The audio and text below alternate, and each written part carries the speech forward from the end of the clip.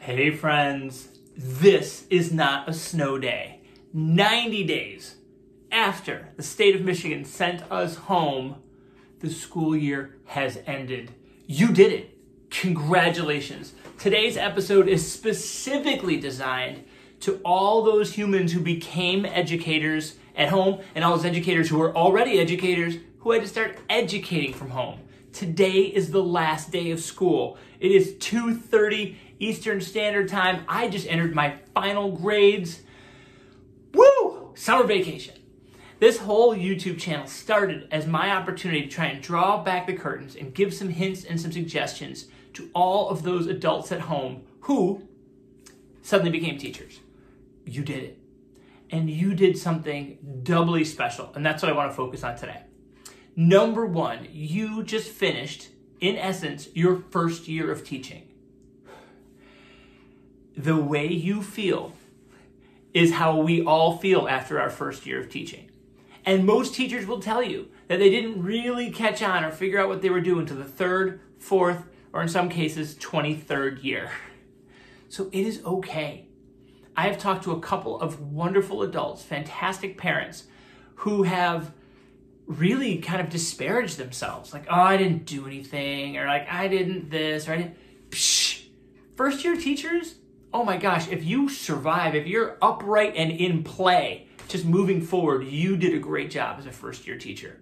Everything you learned, including a whole lot of things you will never, ever, ever, ever do again, are valid and wonderful and part of the journey of being an educator, and part of the journey of being a parent, part of the journey of being a human. If there's anything we can learn from this year, is that there's always something to learn, and we can get better. And unexpected things will really show us what we don't know, and then we have an opportunity to respond.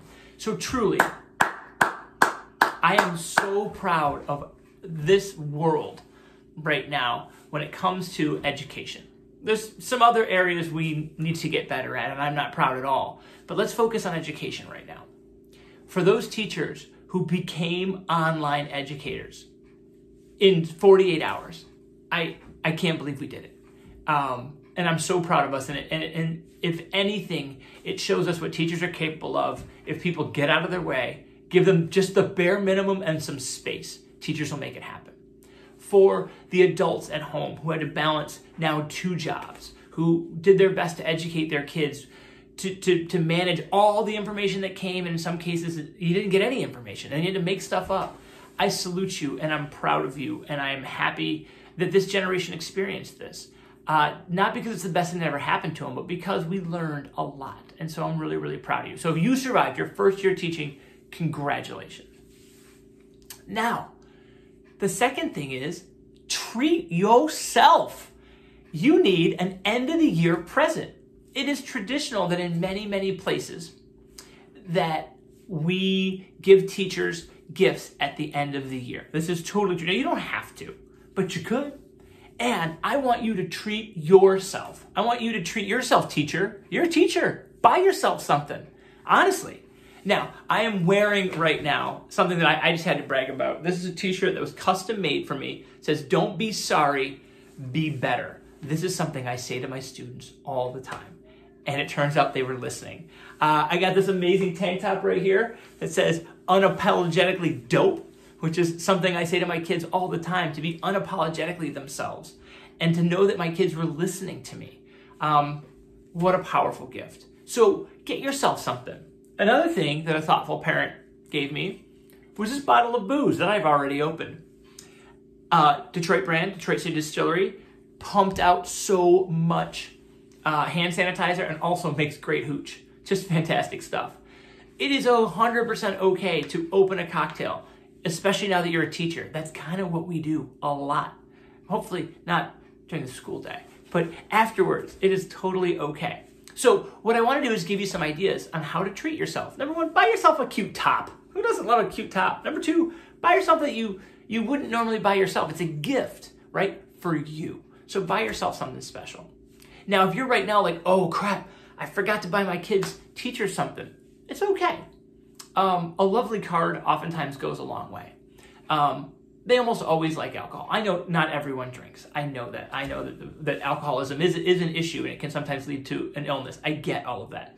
That said, part of teacher culture is imbibing, and it's nice. It's nice. Number 3, I got a beautiful email today from a parent saying, I would normally give gift cards. We didn't even see you. What could I do? And she offered to donate to a charity in my name. And I was really moved by that. So another thing you might be able to do is to donate to a charity, either soliciting from the educator or perhaps asking your student what charity you think that teacher might like, and then donating in their name or in your child's name. I think that is very, very appropriate. And there are literally thousands of great causes, from amazing animal rescues to bail funds to global orphanages. There's things you can do. So those are some ideas. I want you to treat yourself, and I want you to be thoughtful. If you can buy local, that's really a great idea. If you can buy from small business, that's a really great idea. If you can make something, that's a really great idea. 90 days is a long time. And so I encourage you to unplug as best you can. I encourage you to try and find a way to not fill that same role you've been as educator if you are now caregiver and parent at home. This was really hard. And sometimes it's with painful growth that we get bigger and better. The most common question I'm asked now as educators, what do you think next year's going to look like? Here are my thoughts. Either we're all going back. Either nobody's going back and we're all staying home. Or it'll be a combination of the two. So, yeah, it's going to be one of those. I don't know exactly how it's going to work. I do know that great, caring educators and passionate, well-intentioned parents and resilient, wonderful children will all work together to find a way, no matter what the fall brings. That said, we finished our projects, including this, my YouTube channel, 60 plus episodes across 90 days. Pretty proud of this little project, and I'm glad you joined me for it. I am going to unplug for a little bit. I have some interviews that I already have scheduled, so please truly subscribe, because this isn't going to be an everyday thing anymore. I'd like to come back and make this a little bigger, a little better, a little bit more powerful, and keep it ready to go so that whatever the fall brings, I'd like to try and be there and help usher it through for all of us, and get your help, because I'm going to need it too. So happy summer.